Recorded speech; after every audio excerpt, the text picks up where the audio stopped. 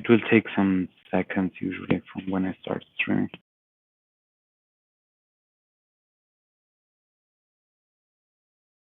Aber irgendwas passiert gerade. Ah.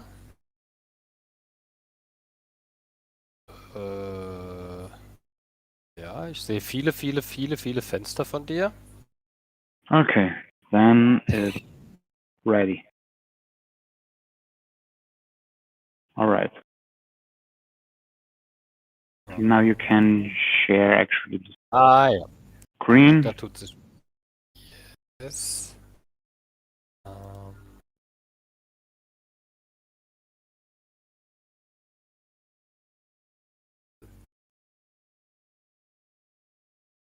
Okay. Content. Live. Was denn? Again, I don't see it.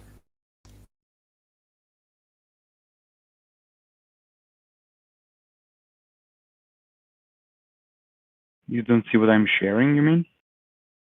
Oh, I don't see the stream again here in... No, wait. Oh, I see. My bad. Does it work now? Let me see. Yeah, but I see again your yeah, shuttered windows. Now it's coming. Okay, just have to find the link for the stream now. Actually.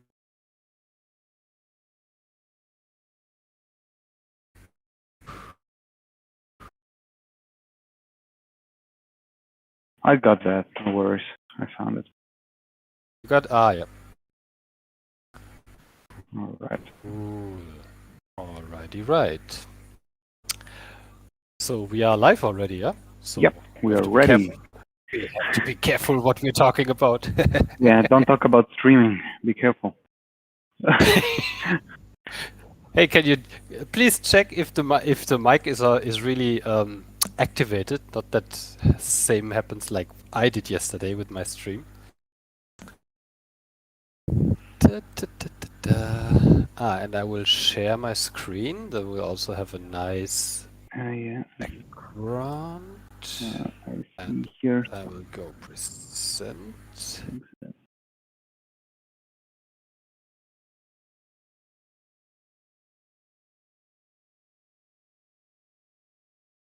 Good. We'll give it maybe 2-3 more minutes, huh? Sure, usually. Sure.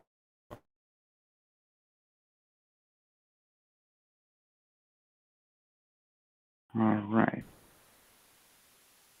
Stream is working. I can hear your voice, so that's fine. Cool. Fantastic. Hey, looks like the same guys like the Americans are in the moment overwhelming majority of our participants here. Where are working?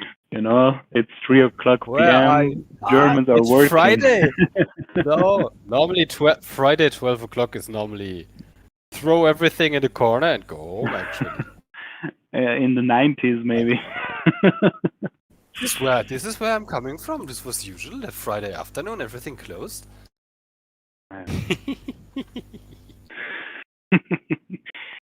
All right. Away.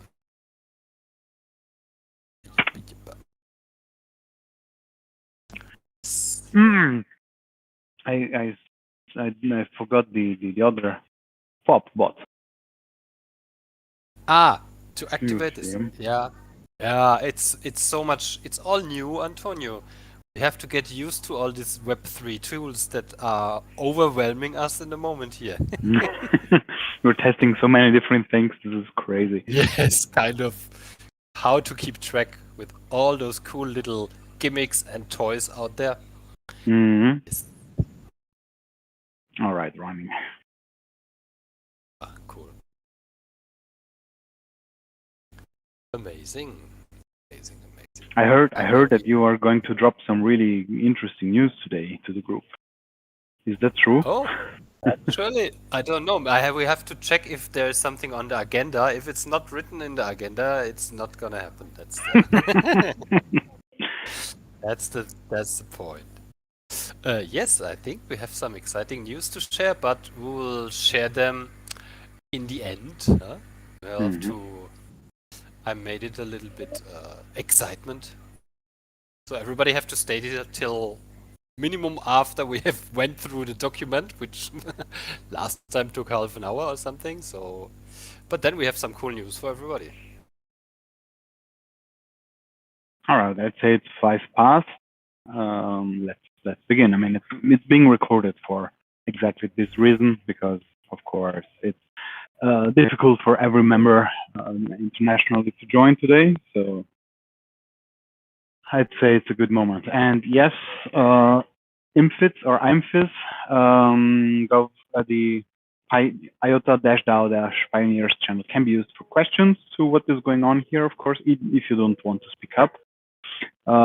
And at any point in time during Philo's sprint through the document, you can at any time just say something with your microphone and say, hey, I would like to point something out, or feel free to engage with us. We're here to make this more of a discussion, if possible, because of course it's about learning what we are going through, learning what this whole DAO stuff actually means. So feel free to ask questions and engage with us. All right, Philo, when you want. Absolutely. Yes. Yeah, and also if maybe, because I'm actually looking mainly on the presentation here, so if somebody posts a question in the channel, just feel free to abort my my talking and just read up the question if somebody posts something. Yeah, always happy to make this more interactive and to bring in your questions and opinions on topics. So welcome to our session 2 of our little learning circle. Second week has passed. I think overwhelming success. This actually this is how it feels for us. We see and we feel exciting in the community and in the DAO pioneers, in the participants here. Very, very cool what is happening. Also in our daily sessions, I'm really, really fascinated that we got it really going to meet every day quite a bunch of people always together and talk about DAOs, talk about governance, talk about voting, talk about all those interesting things that are happening and that are coming towards our ecosystem. And it's really just, we from both of us really thank you for all of you participating, being so active in the channels, sharing links, discussing all the topics. It's really, really cool to see, and it's actually better than we imagined what could happen here. So really kudos to all of you, and thanks to all of you for making this such a really, really nice time together. Today, our little plan is, this was a little welcome, and then maybe if there's a short recap, mainly we did it already, and we will go through the session 2 document of the Pioneer Circle. Maybe not the full document, because one thing I think we all recognized is that it's really a lot of things, and so I think we kind of all have a bit agreed that we might scratch this the stuff from session 2 also into the next week. Yeah, and so this is also why we haven't yet published the session 3 document, because I think there's still a lot of things from this week's content that we can maybe port over into the next week again, especially the DAO frameworks and things. I don't know, Antonio, have you really a chance with the Europeans to go through some of the DAO frameworks already, like DAOstack and Aragon and things like this? Not really. We already, the ideas of voting theories and governance is such a big topic. Yes. And also such an interesting topic. Yeah, so it springs a lot of discussion, and there are a lot of interesting topics, and so I think it's great if we had used this whole week for this whole voting topic. Even next week we can continue with it, but then also move on to some of the DAO frameworks. Mm-hmm. What else? Then we will give a little outlook on the session 3 later on maybe, and then, like we have already said, we have a little surprise, or a little bigger surprise maybe for our DAO pioneers here, but you will have to wait until we are finished with the hard part of the day. So, and then we will come to the fun and to the excitement more towards the end, and always in the end, we will be available for questions. We will be happy to receive feedback from all of you. It would be great to hear your opinions of what we are doing and how this works for you, and if we can improve something, or if you have some comments, just really speak up or post them in the channel, and we'll be happy to receive this. Hey, real Just to quick, remember what we are Yeah. can you guys just check to see if I think I checked to see this the session 2 was archived on the thread. Maybe you guys could. Oh, it was archived. Okay, then Yeah, nobody yeah. did any. It was 7 days there. Okay, no problem. We can. I think I saw that. Yeah, reactivate. just happened. So Do you need to access it, or? I think you just need to make it. You know, we're going to go into 2 weeks, right? So people want to. So if we could. Yeah, maybe I'll just quickly activate it. Done. Session. Done. Already done. Thank you. It's a fantastico. Cool. So the goals of our initiatives: we want to enable a DAO culture in the IOTA ecosystem, in the IOTA community. Yeah, and that's a big word, because DAO culture is a lot. But I think we are on the way. It feels like for us, definitely, and I think also for most people that participate. We want to elevate the knowledge in the community about DAOs, because this is the most important thing for us, I think, to transport a lot of knowledge towards you. And even if it looks a bit overwhelming, learn in your own pace, take out of this what you think is good for you, and all these things will be available forever. You can always look it up and continue in your own pace, even in a couple of weeks or months, whenever you get more interest in DAOs. We will always be here, and this will always be available for further learning. Another cool goal would be, of course, if we would be able to kickstart already some DAOs in our growing ecosystem. And with all the news release of the last days, things are getting closer, and more possibilities show up for everyone to really be part of DAOs.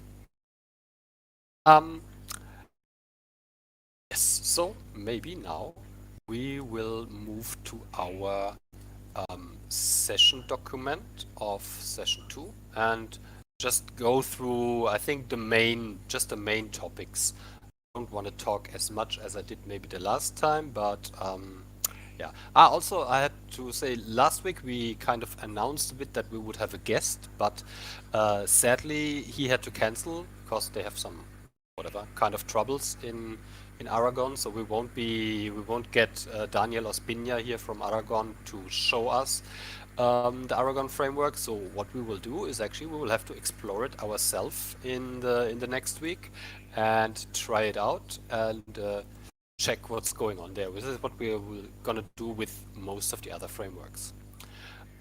Just to check, does anybody now see the switched screen? So I should be streaming now the session 2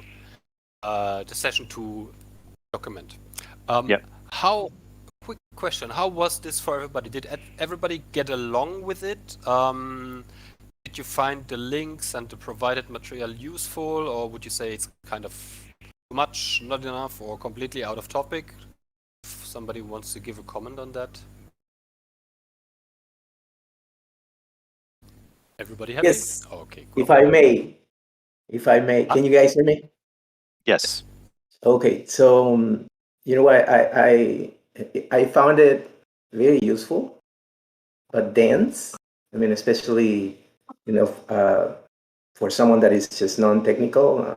I think I got a good grasp of what the whole information entailed, but I found it really dense.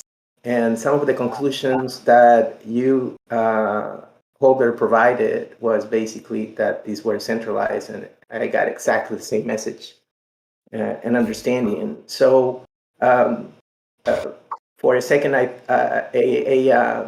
comment, not a comment, but something that one of my former bosses used to say is like when coming to a decision, there is analysis paralysis. And so Yeah. I guess, sometimes having way too much information, if you have way too much food in front of you, we're dogs, we'll try to eat it all, but then we're going to get indigested. That's the thing. Yeah. So Thanks it is, so it is great to have a lot of information where we can just, get kind of like an idea of what we want and design in our minds what the ideal situation is. But sometimes, too much information is just too much. Thanks for that input. This is also what we felt, and this is also why we kind of decided to stretch this out over the next week also, because it's really a lot. We are looking into this since 6 months, and I also have not yet read all the articles and the links that are posted here. So see this really as a future reference and as a resource also for the future learning. None of you is required to really have a look in all those topics, and like you said, better is sometimes focus on some certain details and learn step by step. And so that's really thanks for that input, and we saw it this week, and we'll try to not overwhelm you too much.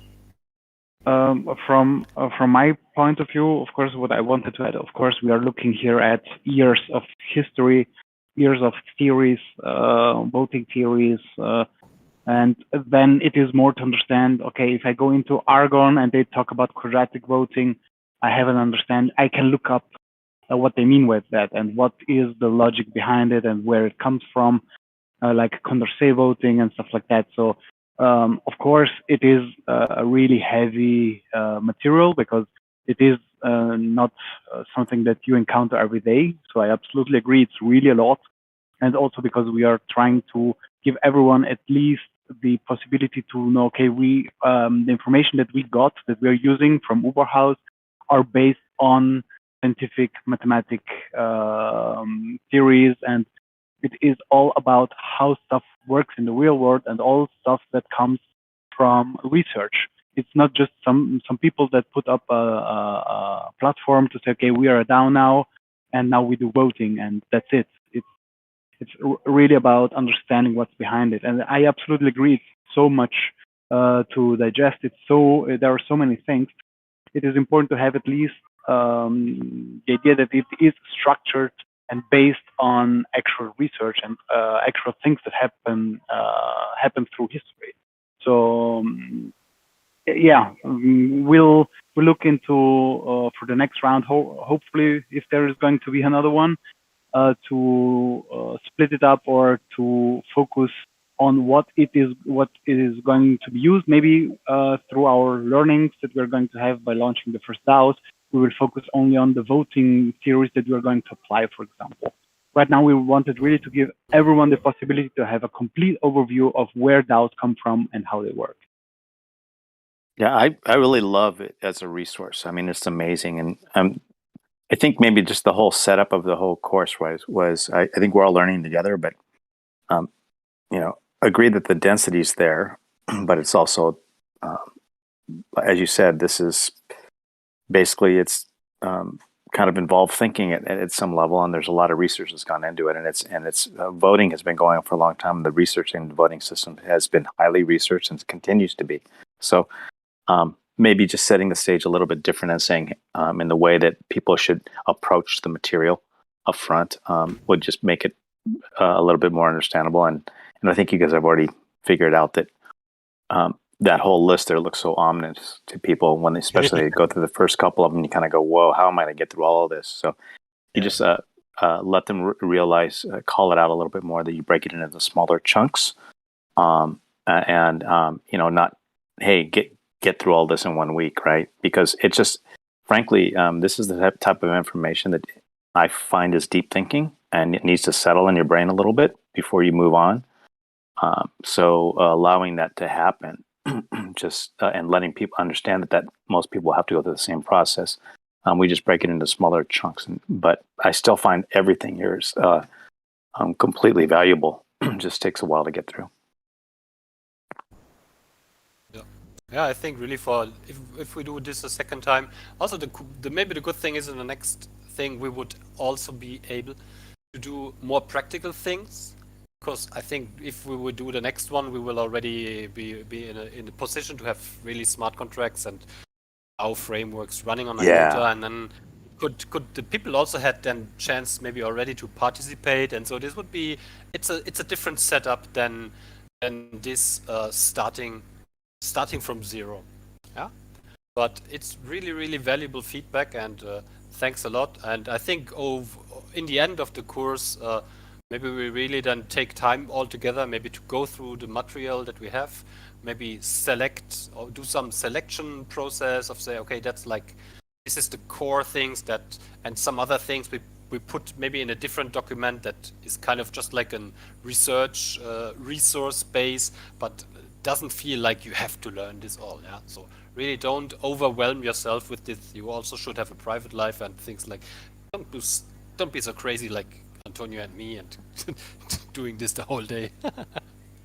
I think you guys really, I mean, the material here is really good, and it'd be hard to pick. It'd be hard to pick what that prioritize a lot of it. You know, it's amazing. I could easily put double of it. Exactly. Yeah. Actually, I just, with my statement, I just didn't want to put it down. I mean, definitely, it is very much appreciated. It was actually very useful for critical thinking. I mean, in my case, basically, I'm just focused on liquid democracy, and at least from a government's voting standpoint, I think it's a lot simpler in my case, as it is applied just one person, one vote, whereas there is no financial or economic benefit. I'm definitely digesting all of this information, but at the same time, finding it dense and overwhelming. I'm just like dismissing it as I get your conclusions, because there's a reason why actually I participate on a daily basis, because you guys give me more of a summary because you have already read it. And so I definitely listen to your conclusion, and I appreciate the fact that this is more like a doctoral white paper. So I don't have to go through, and you give me your perspective, and then I come up with my own conclusion. So this is great. It was just a constructive criticism. Absolutely, really. Like I said, it's great to hear it like this, and it feels for us very same. Yeah, pretty cool. So maybe because also we don't want to overwhelm you here in the thing, we'll just maybe scratch on the most important topics of the session 2 for those one that maybe didn't have the time to follow our daily sessions so intensively like some of you did it. So what the session 2 was all about, voting theories and a little bit about governance projects. And I think the big thing, like you said, it's like we are in a special position in cryptocurrency voting, very different than voting that we are used in democracies, because here you always have a financial part of the vote, and then you have the decision-making power of the vote. Yeah, so actually in cryptos you can buy votes in the moment. That's pretty different from what we are used to be as a one person, one vote system in governmental things. And this brings opportunities, but also a lot of risks and a lot of strange things and behaviors. And we have explored a lot of those stuff during the week. We've been talking about coin voting, not yet much about this proof of personhood thing. This is also would be, I think, a big topic next week. Quadratic voting, also not really. Delegation, liquid democracy was a nice topic, and some general problems we had. And we explored some governance projects. So I think we in the American group, and I think also Europeans, been talking about the governance in Polkadot and in Uniswap. And also we did yesterday, I think we talked about Finance, which are still all coin-based voting systems, but have very different approaches to the whole topic. And all this stuff here we didn't even touch yet. So this would be something for the next week. Great articles, and this is also why we put these things in the beginning, like this Stanford University paper and Vitalik Buterin's article on collusion and blockchain governance are really, like, for me, really kind of standard literature for everything that is related with coin or with blockchain voting or DLT voting. And really, if you have, it takes some time to read through this, and like you said, it's a bit scientific stuff, but from my perspective, it's really, really valuable. Some conclusions from Vitalik about coin voting. Yeah, so at least there's a benefit. Buying accounts are must begun because everything you do is proportional to how many coins you have, regardless of how many accounts the coins are split between.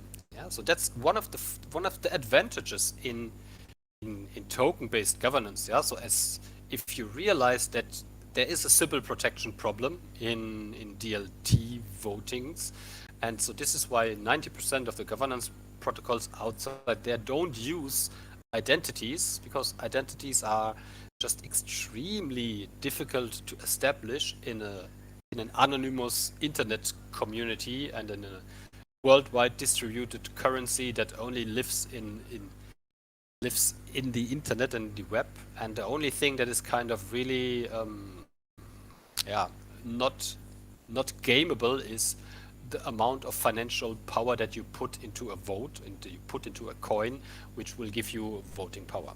But we saw how much problems it causes and how much intention is in all projects to change or to tackle many of these problems and to minimize the risks and minimize the problems. But we are not yet there where we can say that this is solved. Yeah. The other thing would be like an identity-free mechanism that empowers distributed communities cannot avoid over-empowering centralized plutocrats pretending to be distributed communities. Yeah, so you always kind of end up in a plutocratic system if one token, one vote is the thing, because the financial distribution of tokens in a cryptocurrency normally it's called zip distribution. You will have a few very, very big holders and a lot very small holders, and so this is kind of distributing the voting power in such a system automatically, aligning with financial resources. In a democracy, we would have the one person, one vote thing, but it is very disputable if such a system already exists or if it's really possible in a moment. There are projects that claim to guarantee or to make one person, one vote possible, but I think there is also a lot of things to talk about, which will be, I'm pretty sure, a hot topic in the next week when we'll really have a look into this proof of humanity things and this identification. Because it's also very interesting for IOTA, because we have a great identity framework, and we really believe that our identity framework can offer really exquisite tools and stuff for DAOs and for governance. And so we hope that we can all together develop great tools for the community that leverage also directly on IOTA technology. Okay, then quadratic voting. I think it's a very interesting topic itself, but for me also there's some flaws. So the general idea of quadratic voting is that you actually with with every vote that you buy more, it will get quadratically more expensive. Yeah. So if you would want to say, okay, I can buy one vote for $1. If I want to buy the second vote will cost me $4. Yeah, and the third vote will cost me already $16, and so on. So it's a quadratic function implied that aims to reduce the power of high financial um, parties, or like of whales, actually, like this. But if you want to read into it, read those articles. I would say the thing is, quadratic voting can kind of easily be gamed by splitting your funds into small portions. Yeah. So, and this is actually, especially in a cryptocurrency that doesn't cost fees for splitting your wallets and doing transaction, it's a quite easy thing to not use your big wallet with 100 coins. You got split it up in 100 small wallets with one coin, and then the whole quadratic voting function doesn't work anymore. So that's a bit of the troubles that are out there. Really interesting, and this is also why we put it up in the thing, is that our own Dominic Schiene is a big supporter and long time supporter of liquid democracy, and he wrote a really good article on this in, I think, 2016 already. And I really like the article because it's a great introduction into liquid democracy and in delegation. And it's a very often and very useful tool, I think, because through delegation, people with domain-specific knowledge are able to better influence the outcome of decisions. Yeah, so it's a way to give the people in a community or in a project that really are experts in their field, decision-making power in their topic. And even if they're not holding a lot of coins, by voters delegating their voting rights to those people that they trust to be experts in the field, they can enable a kind of optimized decision-making process that should normally lead to better decisions, because those that make the decisions are actually the ones that know what's going on. But of course, delegation is always a sign of trust. You have to trust the person that you are delegating your voting power to and your voting rights, that the person is acting in your interests or in the interests of the greater good of the protocol. The nice thing in cryptocurrencies is, and in the delegation systems that are out there, is that if this trust is broken, so there is like one-time failure, or there is like, you think that your trust will be broken and the one that you are delegating your voting power to might not vote in a way that you would like it, you can always remove your delegations you remove your power from delegates.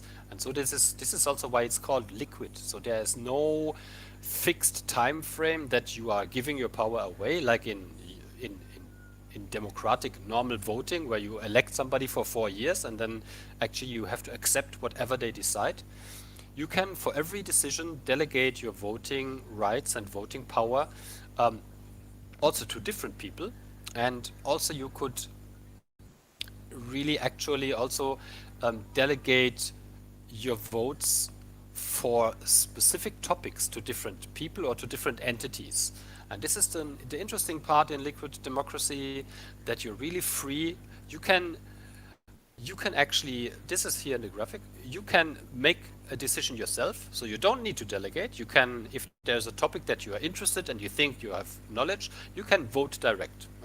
But if you think, oh, it's too time intensive, or it's really too hard for me to figure out exactly what would be the best way, but there is somebody I trust in the community or in the project, and I think he's the one or she's the one that will make a good decision. Then I delegate my voting power to this person, and they decide on me in behalf. Yeah, and so through such a system, it's more likely that experts can positively influence the outcome of problems and lead to an overall better results. And this is done in a lot of projects. Most most projects have this delegation function in the moment, because also what you are seeing is that often there are a lot of decisions to take, and if people are not deeply involved in the daily business of a project, they tend not to participate in all these decisions. They don't want to. It's overwhelming sometimes. If you have every week, every weekend, 2-3 decisions to take that are not your field of expertise, and maybe you really don't care about some protocol changes, you can then delegate your power to somebody you trust that will make the best out of this power and bring the protocol or bring the project forward. Yeah, so delegation, definitely have a look into it, have a read into these papers. It's a very important tool, and it's a good and useful thing in combination with others to make voting rights and voting power distribution in systems a little bit more fair and more towards making good decisions from people that know what they are doing. Okay, conviction voting. Also, I think we didn't really touch it during the week, but it has some really interesting topics. I would also really recommend reading one of those articles, because there are some really good points in this. And also, if you really want to understand why coin voting in DLTs is flawed, have a look in these articles here. Yeah, especially again, the Vitalik's article "Moving Beyond Coin Voting Governance" is really good. There's also an excellent podcast. So if you're fancy in hearing a really good podcast, maybe when you're driving or when you're in the weekend have nothing to do, I really absolutely ask you to ask this to listen to this one, "The Fantasy of Token-Based Governance" by Elad Verbin. Elad is a great mind, and he has a very critical view and he has really his own opinions on some things, and he points the finger in some really problematic areas of cryptocurrency and coin-based voting, and it's really interesting podcast, so really recommend this. Okay, questions so far, or some comments so far, or something, or should I just continue? Just one more thing. I found the video that you shared about Condorcet winning. Yes. Very useful. It was something that Yes. I just didn't know, and it was really good. I highly recommend it to everyone, because it's very much educating. Yeah, actually, this I wanted to mention this. Thank you for highlighting this, because this is also why we put it directly in the beginning here. This is from Pietro Speroni. He's an Italian scientist that he's researching voting theory. I mean, voting theory is an own field in socio-ecological studies, and he's doing this since many years. And you will find it directly in the beginning of the document. It's an hour, and it's a recording from the Aragon Discord just a couple of weeks ago. And like you said, it's really excellent. He's great in explaining basic voting mechanisms, and also, like you said, the Condorcet winner system that he's introducing there is a very interesting approach, and I really like how he does this, and it's a great resource. And actually, I have to look in the Discord, because I think he did a follow-up session for this. I will have to dig it up in YouTube, and I will also kind of post it in this document or post it in the channel, because I think he's really doing. He also has a very good website on voting, so if you want to research a bit deeper, he has some really good stuff there. In the meantime, I've seen Damdave and G-Man discussing the challenges of decentralization. So again, how it brings inefficiencies, because of course you have a lot of things to discuss, and it becomes noise. And I think once we're going to dig a little bit deeper into other governance models, we will see this kind of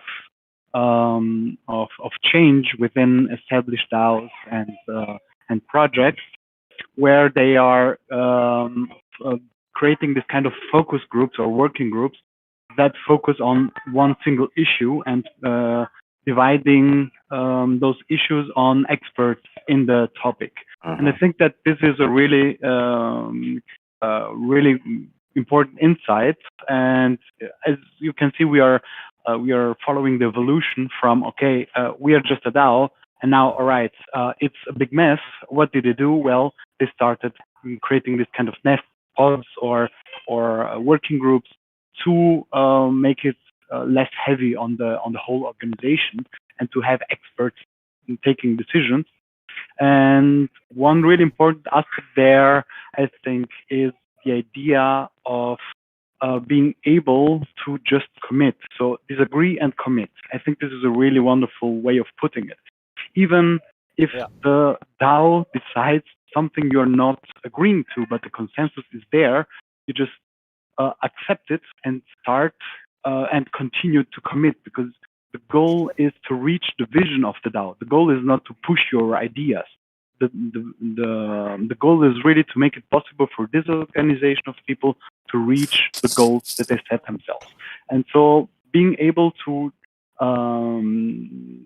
accept, let's say, defeat in your decision, well, that should not stop you from continuing committing, because it is about what the majority wants or what the consensus wants and not what you want.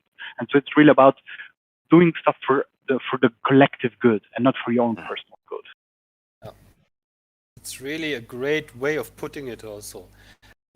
What you also realize when you look into this and you think about what actually is possible in the moment, because I think we are on a point of all these social experiments that are happening in DAOs that is creating such an evolution, because everything is in the open. We have never been on a point where it was possible to observe decision-making processes of groups of people in a way like we do it now with Web3 and with blockchains. You have not been able to look behind the closed doors of any company 20 years ago and figure out what they are doing in their meetings and how they come to decision processes. And here, look what we are doing. We are observing hundreds, thousands of other people's direct communication and decision-making processes, and it's all out there in the open. And this is the beauty of open source also. It's also open source information gathering, and we are in a position now that we can learn from so much experience out there because everybody is sharing it with the world. And this is the thought behind, because now that we have this information available from all this, you can go in every governance forum of any project and you will be able to read all the information. You can even read how much people get paid and how the decision was made, how much people get paid, and everything happens in the open. And this is you have, I think what comes to mind to me more and more is because we have this observability, our ability to look at the blockchains, the Tangle, to actually, and then to see the conversations that are going on. It's all open, but we're able to now see the parties that try to inflect influence or on the groups and how they do it. And there's different ways, lobbyists, things like that. We always wonder, we always suspect. The one thing about DAOs is that they do help install trust, or they operate on trust, right? So, and that trust is the ability to observe and really feel like you know what's going on, to some respect, and right. And so we're able to observe. If we suspect that, I don't know. Let's take the concept of a pharmaceutical company trying to influence a committee on pricing, right? Well, now we maybe have a little better insight into, is that really happening? What kind of machinations are happening, and those things. And this is kind of the beauty of what I see happening with DAOs. Mm-hmm. Yeah, this is really, we are in a completely different level of, like you said, observability and the possibility to trust. you can build trust because nothing can be hidden from you. Yeah, and so if everybody knows that everything happens in the open, automatically it puts a different objection on everything and puts a different way of how people start interacting with each other, because you can't cover up things. Yeah, you can't cover up things that are written in a blockchain. You you are normally communicating most of the things in an open forum, and you always have also you will be held responsible to your actions also. And so it's like a different way of interacting with each other, and that's really, I think we are on the edge of some really cool evolutions in how people interact with each other, and DAOs will be like a seed for all this. Last comment on this, and you will see that groups of people have to take a decision at a certain point, and a decision has an effect. And there are people that, on the best of their knowledge, take a decision which might be the wrong path, but you will not be able to know that before you take the path.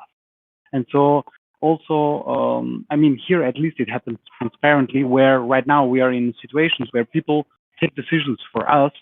We don't have the ability to see why they took this decision, and with all the thought processes that were behind it, and see just that it went wrong. And now we say, okay, hey, you guys, you did everything wrong. Well, they did their best at the time of the decision and took consensus from people that were in the known. Well, now we suspect stuff, and in the future we will be able actually to see why it happened. And we will be able to say, well, it was the consensus that decided to do this. It was wrong. Well, now we have the possibility to do something else, hopefully, or to correct course. And we are in the power to do that because we can put out the issue to change this course. Where right now in the political systems we live in, well, we just have to accept what comes. No, it's such an important point. The ability to analyze, for everybody to be able to see, as you said, how did they reach their consensus, right? What was the thinking? What were the facts at that time, so that you can see how they got to the conclusions. And then if it didn't provide the intended effect, you can look at why did that happen. You can probably assess it a lot quicker, and then you can self-correct, because the ability, the beauty of the DAOs, they do allow you to self-correct and change things. They're much more nimble, right?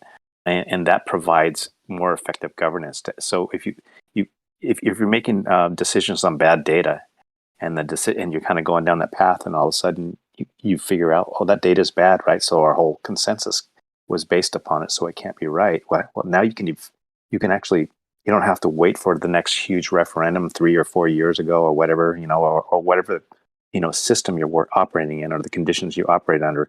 You have the ability to actually get in there and maybe affect change and self-correct rather quickly. At least for organizations, it's really quick.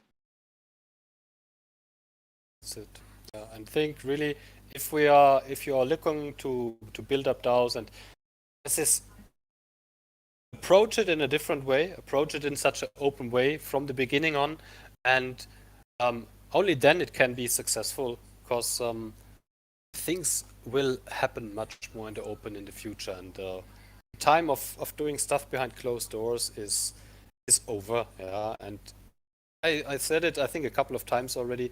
I think if all we people that are part of this thing, and I mean, we are a little bit late to the party, others do this since years, and this is slowly going to spread out into the normal world also. Same like DLT technology and blockchain is slowly merging into the small world.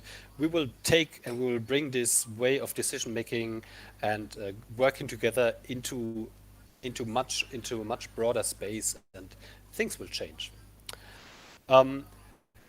Should we have a short look over the governance projects like Polkadot and Uni, or I mean, we are already talking nearly an hour. Maybe we can just give a short thing. So what I think the European group and also the Asian American group did, we had a look into 2 or 3 concrete projects, how they approach governance. And Polkadot is a really interesting one because they have a kind of very fancy voting mechanism in place. All coin-based voting, but they're also offering delegation, and they have some interesting techniques in place. But also what we, I think, found out during, this is also why I picked it, because Polkadot seems like it's a decentralized blockchain. Yeah, it's a very popular project at the moment. It's a DeFi protocol. It has smart contracts and all the things, and it offers kind of this DAO structure for being, or seems like it's a very, very democratic process, and everything is open and everything is totally decentralized. But I think when you have a look and you read through these articles, you will find out that Polkadot is a very centralized protocol. Actually, so the decision making in the protocol is not constructed to have to easy influence anything if you are not somebody that is either part of the core team or somebody that is really, really, really holding a lot of Polkadot tokens. This is their decision. I think this is why they designed the system like this. It doesn't need to be a bad thing. Polkadot is successful, it works, but kind of they created this very fancy governance system, but in the end you will see that it's kind of not really enabling grassroots governance, let it say like this. Because you have the three entities there that are enabled to make decisions. You have a public referenda chamber, which is kind of representing the token holders. You have a council, which is elected by the token holders, but also through delegation. So this is kind of a group of the biggest whales, let's say it like this. I think you can, yeah, the biggest whales or the ones that received the biggest delegations from the community. And then you have a technical committee, and this technical committee is made from the companies that actually created and run the Polkadot software and nodes and all the things. And they have a referendum process. You can create referendums, and to create a referendum, you have to deposit a stake of DOT tokens with your referendum. I think in the moment it's like, I don't know, 50 dots or something. It's not, so it's something a couple of $1,000 in the moment, depending on the price. And the thing is, if you want your idea to be voted on, you will need to find supporters. So you will need other Polkadot token holders to also deposit the same amount of tokens in a smart contract. And the more of those supporters you find for your idea, you will have to discuss this in forums, and you will make a bit of marketing, let's say, for your proposal. It will increase the chance that it will get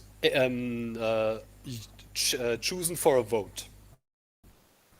Because what happens in Polkadot has only one governance vote per month. And there will be only one decision taking every month. And so for you to get your proposal to the queue, to the top of the queue, that will be, because only the top of the queue will be selected. It's the proposal that has the most staked Polkadot tokens on it. Either you bring it by yourself because you are a whale and you have a lot of tokens, or you get a lot of support from the community, and all the community together deposits a lot of tokens for this proposal, and this will make it possible for it to be voted on. And so every 30 days there will be one proposal voted. And then you have the council. The council is an elected entity of, I think, 16 members. They are elected also by delegation. So you delegate, so you vote for them with your tokens. And also they are, of course, allowed to use their own tokens for voting. And so it's, like I said, it's a bit of the club of whales, because mostly those people are the ones that they are founders and core devs in this council that are also able to propose decisions. What happens actually is that they change every month. So they have 1 month a proposal is coming from the community, and the next month a proposal is coming from the council.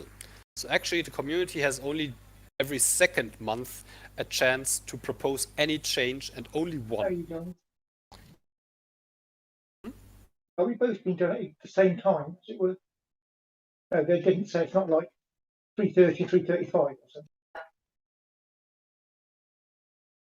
I didn't. Well, to be honest, really looked get in it. the diary, it's only has booked in bars.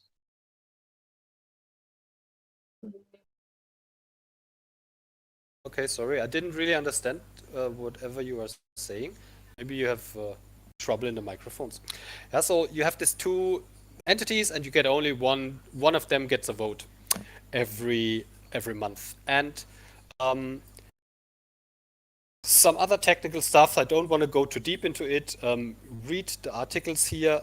The other thing is, the problem is with this proposing by the community. When you propose something, you have to put this dot as stake there. The thing is, these tokens will be locked. So when you make a proposal, you put your couple of $1,000 Polkadot there to get it voting, and also all the others that will put their Polkadot there.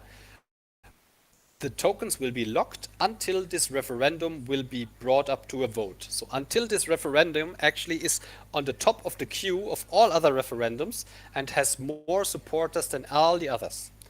This can be very, very, very, very long time if only every second month a proposal from the community gets voted. And there's no chance for you to get your tokens back ever. So if this proposal always hovers on rank 2 or 3 or 4 or 5, for the next couple of years, tokens are there. There's no chance to get them back out of the contract. This is a bit of what I think makes it a bit difficult for normal community members to propose any change, yeah, because who wants to risk quite big amount of money being locked for several years maybe and never have a chance to get it back. So it's difficult. The voting tactics that they are using, they use this tallying. So they have something they call the positive and the negative turnout bias, and so they are kind of shifting their majority votes. And again, if you look, so the public referenda has a positive turnout bias. This means a supermajority for approve. And sorry, if you read here, so a positive turnout bias whereby a heavy supermajority of aye votes is required to carry at low turnouts. But as turnout increases towards 100%, it becomes a simple majority. So actually this means a public referenda can only win with a 50% majority if all existing Polkadot tokens vote for this proposal. As soon as not 100% of votes participate in this proposal, the chance for this proposal to pass will get worse. So it will not need 50, it will need 55, it will need 60, it will need 70, 75, 80% of the votes, the less people participate in the vote. And again, this is kind of a way of making decisions proposed by the community very difficult. Especially if you see that the proposals by the council, they have a negative turnout bias. So for them, it's the other way around. For them, it's really, really difficult to get refused by the community, because everything, if not 100% of the community of the existing tokens vote against it, it will need more than 50% of the votes to turn it down. And so also I think it's designed by purpose this way. Yeah, and another thing is, this is something that is pretty interesting. That is something that we also kind of used a bit. The idea for our thing is the idea of conviction voting. So you can increase your voting power in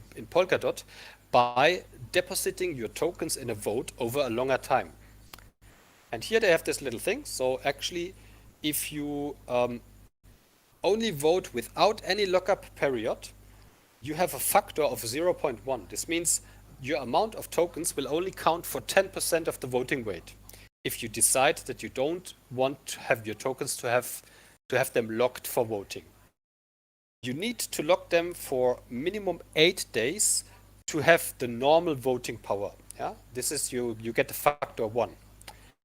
If you actually want to increase your token power to the maximum, then you will lock them in a decision for 256 days, and you will get a factor 8. This means if you have 100 Polkadot tokens, they count in the vote as if you would have 800 tokens. This is a way of, if somebody is really believing in something and says it has to be and I don't need my tokens over the next half year or nearly a year, then you deposit them and you can increase your voting power quite a lot. But also, this counts for every holder and also for whales. So even the founders that have huge amounts of tokens and they're maybe not aiming to sell them in the next couple of months can do this, and by this they can also increase their voting power up to 8 times. And of course you can delegate stuff, and here is the explanation of this adaptive quorum biasing that is kind of switching. So if you have a turnout, if you have a positive turnout bias, means if only 25% of the voters participate, you will need 66% of the participating voters to say yes to get a proposal passed. If more people participate in the vote, 75, this lowers, but it's 54%, not yet 50%, because not yet all you do. Only if you have 100%, then you will be on a 50-50 chance of voting. And the negative turnout bias is different. So even if only 34% of the votes agree for a proposal, it will pass. Yeah? And to decline it, 100% of the token voters will need to participate, and then you have a chance of 50-50 to decline such a proposal. Yeah? And so have a look into it. It's a lot to learn from this, a lot to learn how they designed the thing, and come to your own conclusions how decentralized or how democratic this process is.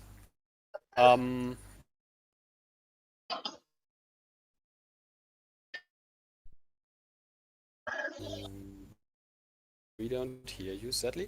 I think, Antonio, what do you think? I think Uniswap is also interesting, but maybe just go through it because we have already passed an hour.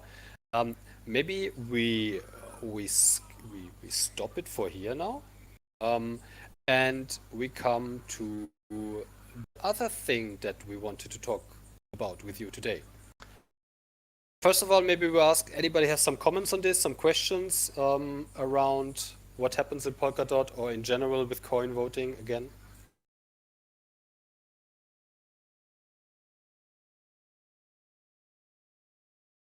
Nope. Okay, so then let me so like I said, we will continue next week with this topic because it's quite a lot of interesting things still to come. And so voting is not yet out of our focus here. Let me switch my screen. Now the presentation again. Yes. Okay, this comes later. So we have a little surprise for you. Antonio, are you with me, or should I introduce it? I'm with you, but take the stage. Don't worry. Okay, so we have a little lucky surprise for you, and the thing is that we have, let's say, there are funds available for you as you are participating in this DAO Pioneer and for people in the community to spin up DAOs. So actually we have the chance to have 100,000 euros of funding available for spinning up a couple of DAOs. Let's say after we have finished our DAO Pioneer learning session, the IOTA Foundation want to support you in creating several DAOs. We think up to 5 community pioneer DAOs that we want to support with real funding. And think about it like an incentivized testnet for DAOs. Yeah? So we want to help you to create up to 5 DAOs that will help us to learn and will help you to learn how DAOs really work and how you are acting together in DAOs. And yeah, so this is our plan, actually. We want to, let's say, this is something like we're not gonna just throw money to everybody here. There's also, of course, a reason behind this. We want to, first of all, gather information and gather data because it's all new for us. Nobody here has experience in DAOs, really in doing DAOs.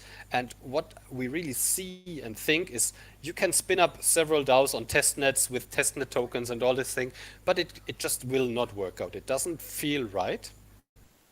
And also we have some important things to do in the community and in our ecosystem.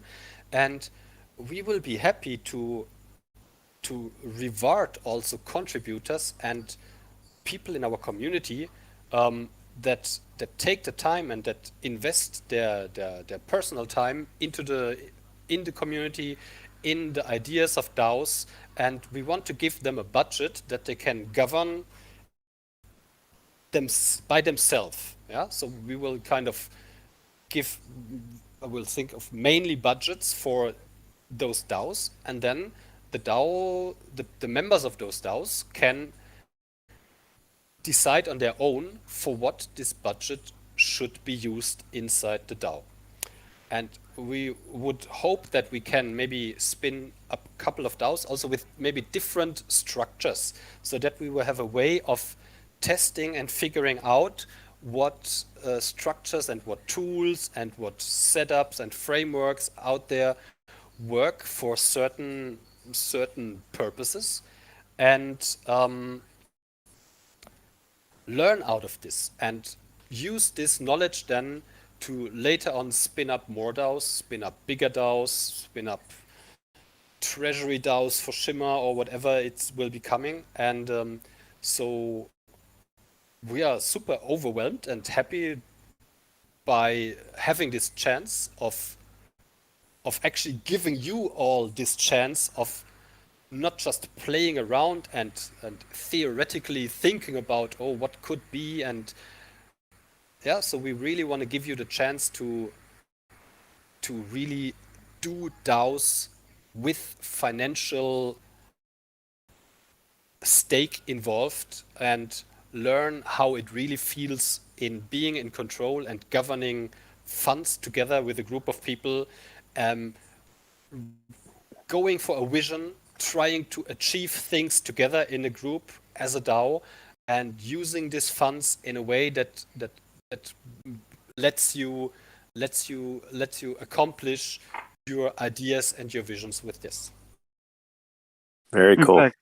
Exactly. So from our point of view, these 100Ks are, of course, an investment into research and education for the community towards one important milestone, which is the community treasury. I know that the vote is not done yet, and we are just preparing the ground should the vote go well.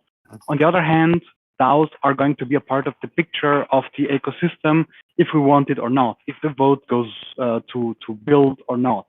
In any way, the ideas and the concepts of DAOs will become, let's say, a daily thing within the ecosystem, and here is where we want to make this kind of investment.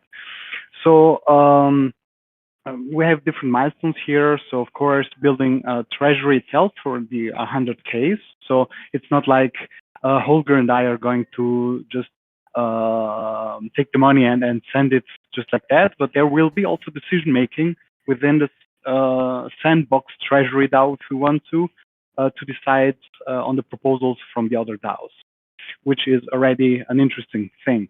We are thinking about how to do this, so it's still, let's say, it's not everything is defined. It's really about building it together. What of course, there will be some decisions taken from our side unilaterally, because of course it's an investment from that comes from above, and so of course there are, let's say, some things that we would like to decide, because of course there are certain things that have a broader goal for us. For example, one would be to have a DAO for community enablers, which are our moderators and administrators on Discord, Reddit, and Telegram, and another DAO for content creators, which are the people that write articles, tutorials, do videos, and stuff like that. This has, of course, a very clear prospect. The first ones, including the Telegram groups administrator, which are 100% from the community, and you do not see them here on Discord, but they have at least another 20,000 people divided by different Telegram groups from Turkey to other countries. And those are the people that are there for the people. They are supporting and engaging with our community members behind the scenes in their own native languages. And it is important to support them because they extend the community. And the writers, let's say the content DAO, is the organization that actually tries to break the bubble and tries to make the concepts digestible for people that are not always with us and always following what we are doing.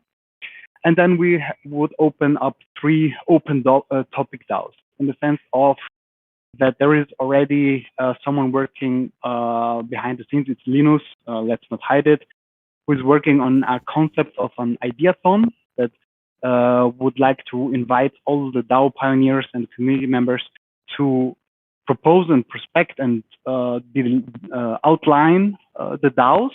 And out of the winners of this ideathon, we would like to pick 3 teams that will be then enabled and supported to really build the DAO. Again, it is all about testing requirements, structures, processes to gain learnings, so that we figure out what models work best, what structures work best, have best practices to share with the IOTA ecosystem, so that they don't lose time to figure out how stuff works, but can really learn from this experience of these 5 DAOs to bootstrap then their own DAO in the future. Again, in the IOTA ecosystem, maybe, probably in the Shimmer ecosystem, and so on and so forth. So it's really an investment into education and research for us, and for you, a real opportunity to feel, let's say, the pressure to take decision. I know that for some it might be pocket money, for others it's an interesting proposition, and so really to give you the opportunity here to be a fully fledged DAO with all the thoughts behind responsible spending of the funds, because of course they will run out sometime, and so it's grand to have the opportunity to really test it out, what it means to manage all of it. And of course, let's say that if you look outside to other ecosystems, there might be funds with millions and trillions of dollars available, but of course they are other ecosystems. They have already experience, most probably, and for us it is, let's say, right now a sandbox. So it's not something that I would now put on Twitter and say, hey, we're making DAOs and we have 100K. Yeah, okay. It is really about the education and the research right now. And after that, if the vote goes well, or if there are other means to find financing and funding for the DAOs, there will be other opportunities to really scale it up. But right now, it's for us. It's really to learn. So this is, I think, how we want to present it right now. It's still please, not everything is set in stone. We are going to do this together again and try to involve as many ideas and propositions as possible. Philo, did I Love forget? yeah. Yeah. Did I forget Really anything? great approach. Really great approach.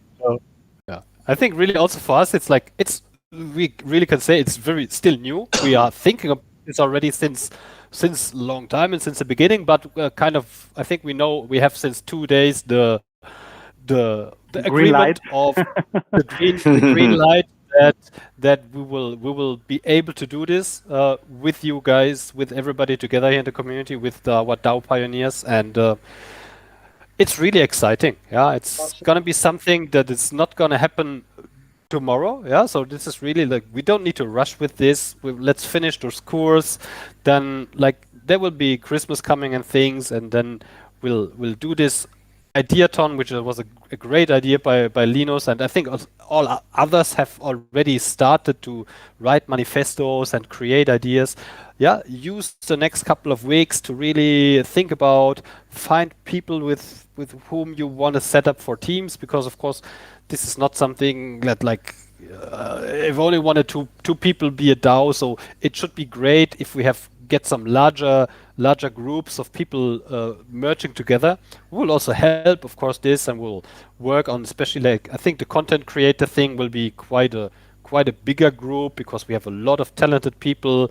It's also including learning and tutorials, like I said. Also the wiki and things like this we want to include into this, and the others really the ones that come up with the best ideas and with the greatest concept will get the chance of being supported by us, and all of this will lead to making it possible to have really experienced people. It's not about the money. It's about giving you the chance to really experience how this works and how it feels to handle these funds and to use those funds and to really work concrete together with other people that you might not even know yet on a shared goal and a shared vision of your DAO.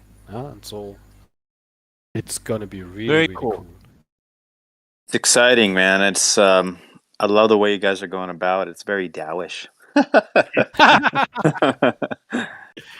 Great strategy, you guys. And I love the idea, the ideathon. What a great way to figure that out. So cool. Yeah. It's really cool. Yeah, we're gonna support you in this thing. Kind of course, we also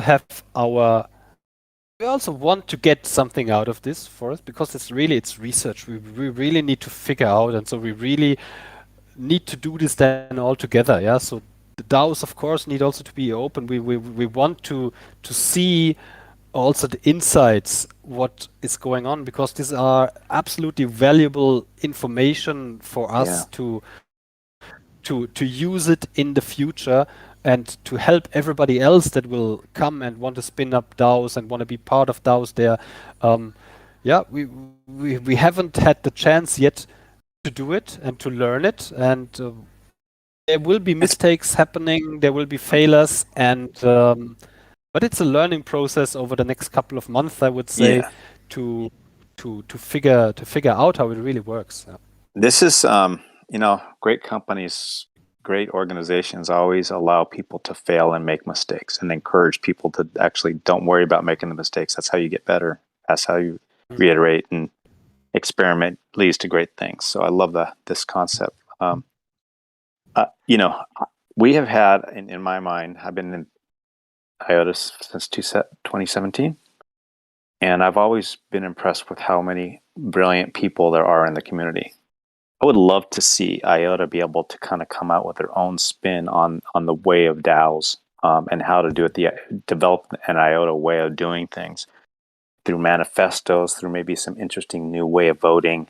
How cool would that be, right? And I know we have, if it's going to happen, we have the right minds in this community. So it'd be really interesting to see what comes forward from this.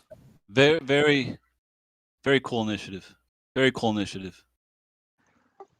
Holger, I maybe have a question on how this ideathon and the funding should be structured. Like, will this be a very structured process where all proposals that want to get the funding need to go through this a little bit deadline-ish first proposal submitment, then first feedback, then enhanced proposal, again feedback, and then the creation of a first DAO of like an Guys, MVP? we are very flexible on this. Let's discuss it all together. What would be the best approach on this? Yeah, I think we are absolutely open to. Yeah, let's also discuss what would be the best way of doing this ideathon. I mean, you proposed already a great idea. Maybe we can make it public so and everybody can have a look on it. But this is really like, let's develop also this together and figure it out. What would be the best way of approaching this? Yeah. Mm-hmm. Yeah, we can, like when we first started doing in the governance call, when we're trying to figure out the voting aspect, right? We were using meeting polling. So, if we could maybe make many decisions within these meetings, right? Just to throw up polls and say, here's what we're trying to figure out today. We're looking at this section and just help. Maybe that can move us along. That'd be cool. Mm-hmm. So this means we first need to also gather some ideas on how this funding round could work, like in this ideathon thingy. So this means we could, for example, post it on the manifestos channel or something if we have ideas, or how is this going to start? Would you want it on the manifestos channel, or would you want to break it out to something different? Because it kind of seems like those two are maybe. Yeah, I'd say we add a separate thread for the ideathon. Just simple to keep the communication at least clean, or we could move it to the to a GitHub repository. We have to decide together what is the best way. Yeah. Do we do a discourse forum? Do we do it on GitHub? As you see, it already starts here. We are here together. We decide together. Someone makes a proposal of different platforms, and then we vote on what platforms we start the discussion. As easy as that. Yeah. Yeah, I think GitHub, out of all of them, is the one that's. Yeah, I would agree that it doesn't really fit into the manifesto sub channel here. And for example, collecting these proposals on GitHub would be nice. Yeah. GitHub's cool, except for it's not approachable to everyone. So Discourse I think is maybe better, which is IOTA and what many others use. It's a simple forum if we want. Yeah. But this is my proposition, my proposal. So we'll figure it out. But the GitHub could still be integrated. Like, for example, you could maybe use Discourse or something, and then once things are decided, then you could toss it into GitHub. Exactly, right? like kind of keeping Discourse for open discussion, and once something has been decided, there's a summary in GitHub, so it's fixed there, and nobody can change it, mess with it. Yeah, and it kind of protects it. Yeah, makes sense. Yes. Wouldn't that be like down the road with it? Yeah, that's yeah. So, cool. So do you have the other three, the other DAO options? So you mentioned the 5 different DAOs, right? Up to 5, yes. Up to 5. Okay. So that's not something you want to put in writing yet, right? No. Okay, that's fair. I just want to make sure that if there was criteria specified for that, so cool. I think the only thing that we really are quite clear what we want to support the moderators and the people that are actively doing good stuff since many years. So they will be forming their own little DAO, and then like writers, content creators, graphic designers, video producers, tutorial writers, learning material producers. That's a big bunch of people. That's also gonna be a pretty active DAO, and this is also something that I think if we kickstart something like this, this will then live on. Yeah, it is. I mean, the moderator DAO definitely will live on, and the content DAO, if it's done proper and the people are happy in how it works, this will be something that will be then stay. It will be there to stay in the ecosystem, because this is something we need anyway. Yeah, we need people that engage in the community and that bring the message out in the community, especially with all the amazing things that are happening around IOTA. We have excellent, talented people, yeah, and we really wanted all the time to kind of support them in any way already, and now we have the chance, and maybe in the future, if there's a treasury DAO, this could also be a part of the treasury to continue what we start here, something like this, yeah? Oh yeah, makes sense. I mean, I love the idea that you guys have. DAOs are going to be part of IOTA's future, no matter what, whether or not that treasury is built or not. And yeah, it doesn't matter. We need to have we need to have a working DAO with a the mechanics of a DAO have to be there for the community to tap into, and then kind of like the infrastructure is there, then people can then let their brains loose and kind of just create amazing things. So. And especially there's so many different setups also possible, yeah? I think it's great to give the chance to, like, if you would say, okay, you choose Aragon, but then you're bound in one framework. You're bound in some chains. I think the space is too immature also to already fix on something without knowing. So better we have this chance of 4 or 5 DAOs that test. Maybe really every one of them tests a little bit different setup, different voting system, different governance structure inside.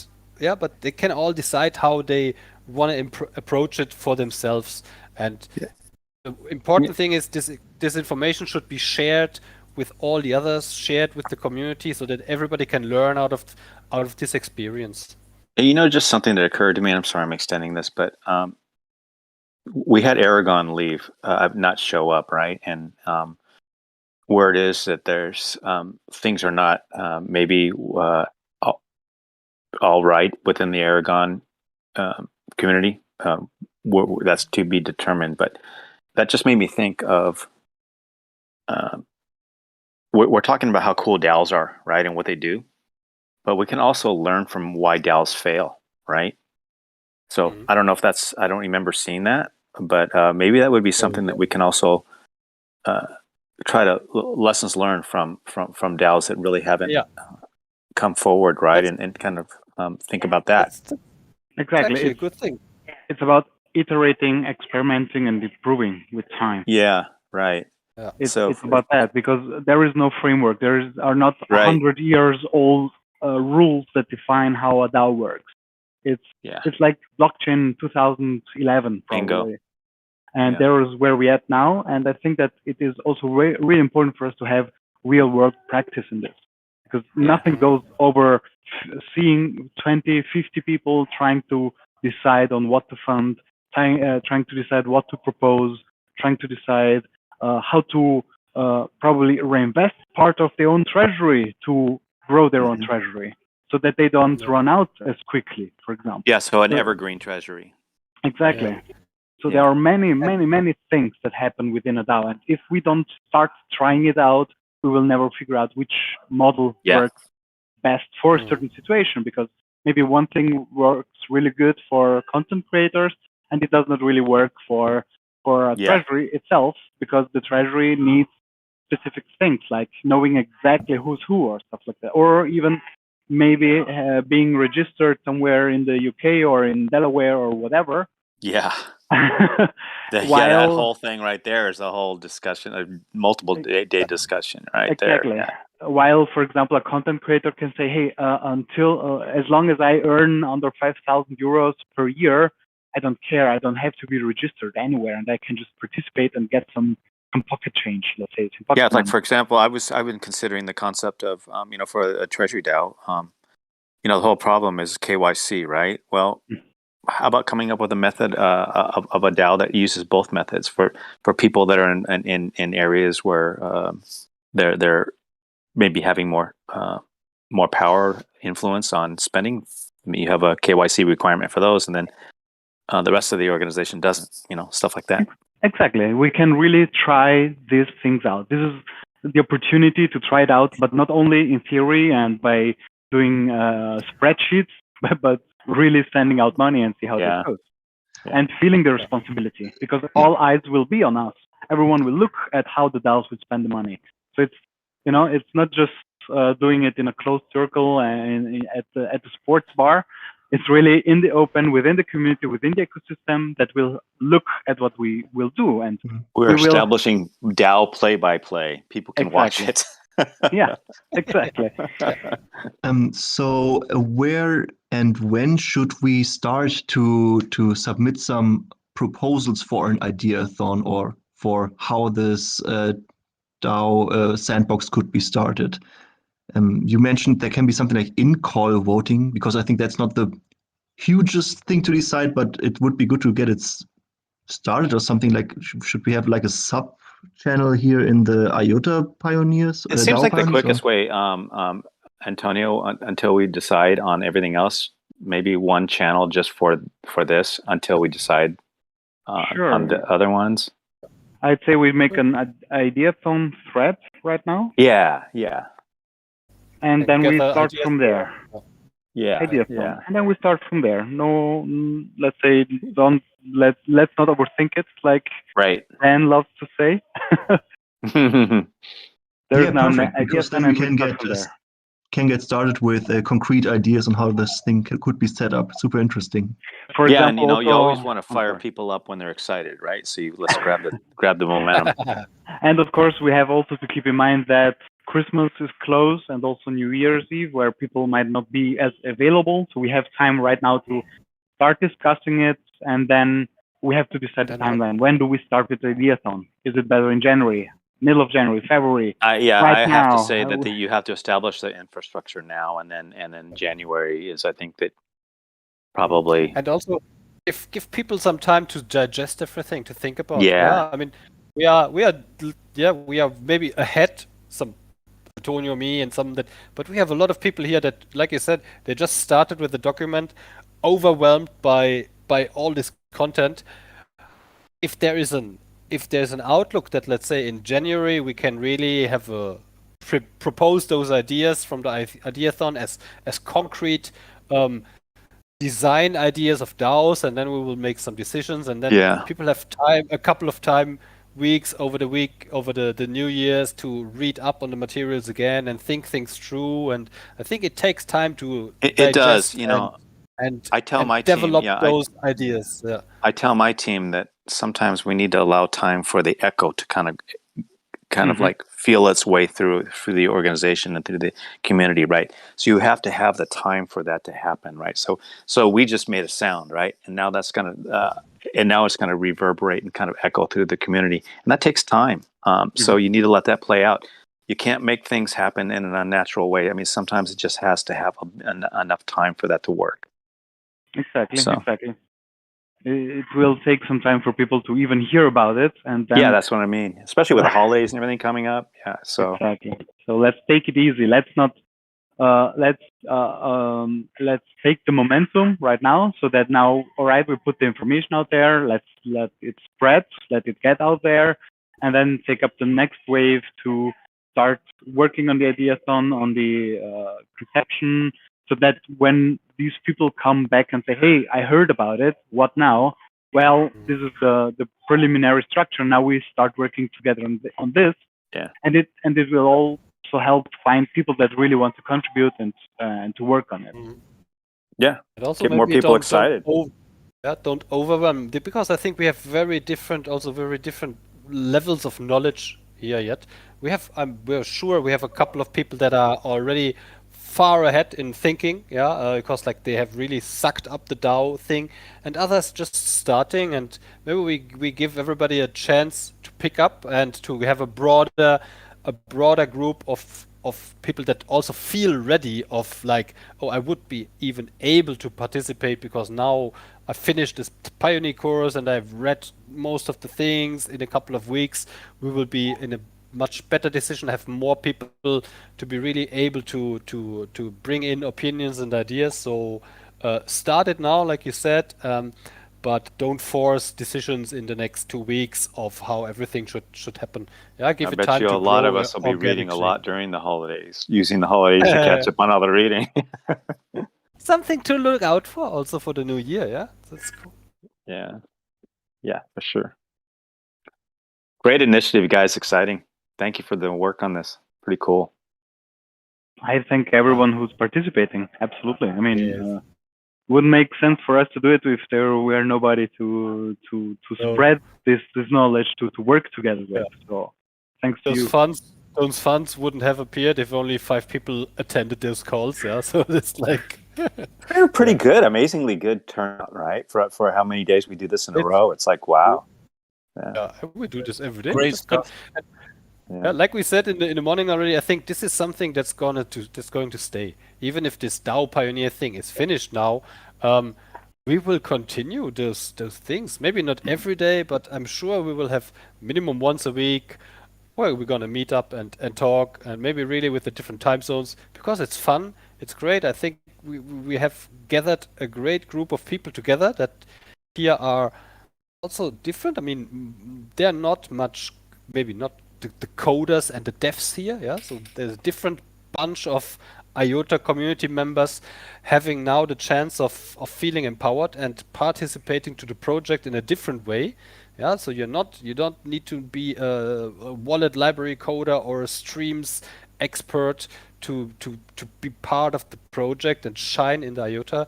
You can bring in your social skills, your interpersonal skills, your human skills into the project, and become part of this DAO movement, which is a complete new way of contributing and getting ownership over a project that we all love so much. Yeah. So Yeah, sure. really happy. Cool. So I think this was a nice surprise. I hope for Yeah. everybody. Like we are definitely excited of how cool this will be in the future. And yeah, so I think we have set the stage for more, for an excited next week. Yeah. So anybody want to bring up some questions or comments or stuff like this again, or should we say we slowly wrap it up for today? I think the only while we wait for eventual questions, I mean, submit any time. Just to reiterate, we are going to extend the week 2 materials to next week, so that we can take a little more time on the material itself, because again, it's really a lot of content. And then the Europeans meet from Tuesday to Thursday, because of course on Monday we respect the Einfach IOTA Stammtisch, which happens. So from my side, I would like to thank everyone for participating and see you on Tuesday. Of course, the Seshbot, the bot that takes care of the events now here on the Discord, will ping you accordingly, and make sure to visit the events channel to RSVP to the upcoming events. So from By my the way, side, Antonio, that was awesome for you to set that up. That has really helped a lot. Thank you. What is really cool, yeah. yeah, Yes, and, but go on, Holger. No, so for the Americans, so for me, I'm easygoing for starting on Monday again. If you guys can still stand it to hanging out every day an hour and a half with me. And like Antonio said, we're gonna extend the voting theory thing. We're gonna extend the DAO operation frameworks and stuff. But we also really want to start looking into some toolings and some things. Yeah, maybe we talk about multisig wallets, which is an important part. Maybe, yeah, coordinate we can showcase, because these are some tools that we are already using, and have a bit insight of the things that DAOs actually use in their daily operations to make decision making easier and working together better. And so yeah, this is all planned for the next week, but mainly enjoy your time, yeah, together and with us. And I also want to say thank you. It's really amazing to have this. I mean, for me, it's the morning session. I get my coffees. We chat about DAOs. We chat about voting. We chat about democracy and governance, and it's pretty amazing, and a very lovely group. And I'm very happy how this all evolves here.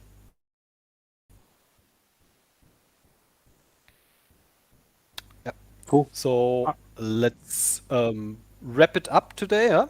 Mhm. And see you in Discord. Have a nice weekend, everybody. See you then Yep. maybe on Monday or Tuesday for the sessions.